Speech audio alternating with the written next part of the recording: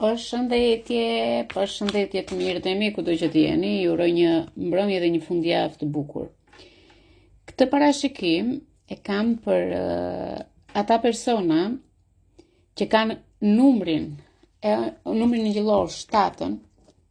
Kjo vjen në bazë të ditëlindjes, siç e kam unë, për shembull, që më bie numri 7. Do ta llogarisni juve vitin personal për ju, edhe të dali numri personal numri 7. Numri 7 është një vit thellësisht shpirtëror dhe reflekton dhe të transformon anën shpirtërore. Ky numër, apo në këtë vit, kërkon qetësi, thellim emocional dhe kthim brenda vetes tuaj. Çdo gjë do të ndodhë shumë shpejt, por do të ndodhë me një kuptim në jetën tënde që disa gjëra do të largohen, por në vendin e tyre do të zënë gjëra më të sinqerta, më të vërteta dhe më të forta. Kush ka më shumë intuit, më shumë vetë dashuri ndaj vetes dhe një pastrim shpirtëror që e çon drejt versionit që ai ka dashur, e bën këtë person më të pjekur, më të tërhequr nga ana e intuitës. Përse është ky parashikim? Ky parashikim është sepse ne kemi eklipsin diellor dhe çfarë sjell ky për të gjitha shenjat, ky eklips diellor. Unë do të thosha që ky eklips diellor që është në shenjën e Dashit dhe urime shenjës së Dashit ditëlindjen tuaj, do të prek në gjithë sfidat e jetës tuaj, në karrierë, drejtimin ndaj jetës tuaj dhe qëllimeve tuaja personale. Çfarë sjell ky rrugtim i jetës tuaj? Fillime të reja në karrierën ose në rrugën e jetës. Lëvizje me shtetin apo çështje ligjore, kush ka probleme me shtetin, sidomos me shtetin këta që janë në parlament, në gjykata, kudo që këta punojnë, domethënë në zyra e shteti, këta do preken 100% nga ky eklips. Sepse ky eklips ka persona i bllokon dhe i ndryshon drejtimet e punës dhe qëllimeve që ata kanë pasur dhe kanë. Ne na jep një rrugë të re dhe më shumë guxim për të mësuar më shumë drejt lëvizjeve apo çështjeve që ne kërkojmë. Në pozicionin e planeteve, kush ka ditëlindje në këtë pozicion, do ketë çështje me dokumenta, me aplikime, me udhëtime, po dhe çështje zyrtare që lidhen me emigracionin. Duhet të bëni kujdes me shtëpinë dhe të ardhmen jashtë vendit. Duke kjo vjen në bazë të përputhjeve që keni ju në këtë kohë dhe me sa shikoj kush ka lidhje me shtetin, me gjykatat apo diçka tjetër që kanë me dokumentat, shikoj që do marrë një përgjigje shumë pozitive. Ju të tjerë që s'keni, do bëni ndryshime të tjera dhe do shikoni që ky eklips do të ndërtojë një imazh të ri në jetën tuaj, por dhe do të marrë kontrollin për t'u bërë ju më të fortë, për t'u bërë ju më të qartë dhe më të sigurt në gjërat që ju kërkoni. Po bëj thirrje që të bëni kujdes në gjërat që ju keni në duar tuaja këtë moment, të dini të drejtoni automjetin e jetës tuaj, drejtimin e gjërave që keni nga ana emocionale, duhet jeni pak më të fortë, të jeni të lidhur me hënën dhe personat që janë të lidhur me hënën është gaforja më së shumti, që do ta preki më shumë, por ky eklips ndjen shumë thellësi dhe ndihesh në presion, në pasiguri apo në dëshira për të ikur nga disa gjëra që nuk mund të ti përballosh dot, sepse ndjen pasiguri dhe nuk e dëshirë për të ecur përpara, por do dali në pag forca jote dhe mënyra dhe intuita që ti ke brenda me veten tënde. Kjo hëna e re do të jap shumë gjëra pozitive. Një këshill për të gjitha shenjat, mos u tremni nga ndryshimet. Ky eklips është një derë e re që po hapet për të gjitha shenjat. Ndoshta duhet të jepni pak më shumë kohë vetes që keni pritur kaq kohë, një kohë të gjatë, por nga zona e sigurisë do të ndërtoni një kapitull të ri me guximin dhe me besimin tuaj. Unë do bëj një parashikim të vogël. Ky parashikim do jetë i detajuar nga kartat e tarotit, por dhe në bazë të numerologjisë të datës tuaj që unë sapo u thash.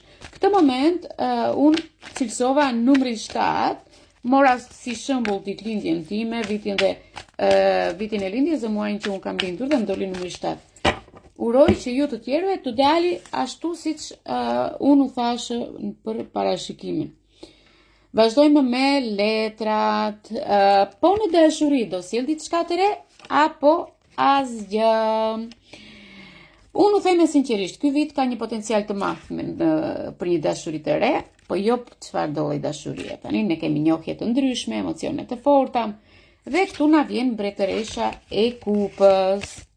Moj mbretëresha e kupës, që po na vjen kaq e bukur dhe kaq lozonjare duke bërë këto manifestime të tua, duke bërë këto gjëra të bukura, po brenda teje je një femër e ndjeshme, një femër që jep dashuri të thellë dhe i afrohet sinqeritetit. Dhe ky eklips po vjen dhe mund të sjellë ndryshime në emocionet e tua, ndarje, do të thënë do ndash të vjetrën me të renë dhe do bësh prirje me gjëra të reja.